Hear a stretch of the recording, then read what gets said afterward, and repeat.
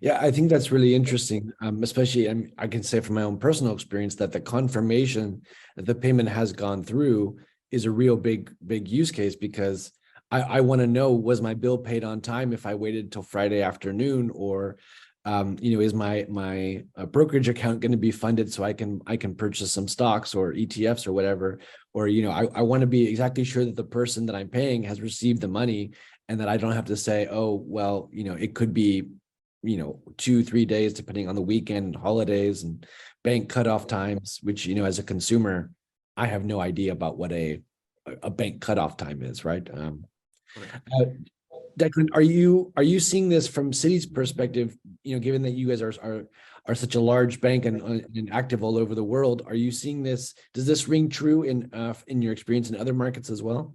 Yeah, I would say so. I think regulatory mandated schemes tend to have higher adoption as a rule. Now, like I said in the first answer, a regulatory mandate, the 100% universal reachability helps, but it's not the whole thing. You need to have the right capabilities. You need to have the right products that your customers can use, and the right backup to make it consistent, especially if there's a remaining very successful transaction product sitting next to it, like SEPA has in terms of SEPA credit transfers. So this regulation is going to help. It will bring us forward in that respect, but there's other things that the banks need to do. So what do I mean by that? I mean, the API solutions that need to sit by this are critical as well to really maximize the benefits. That's one of the ways we need to go. So that's one of the things we see. I suppose the other thing to note here, I think, that probably is being pushed with the regulation is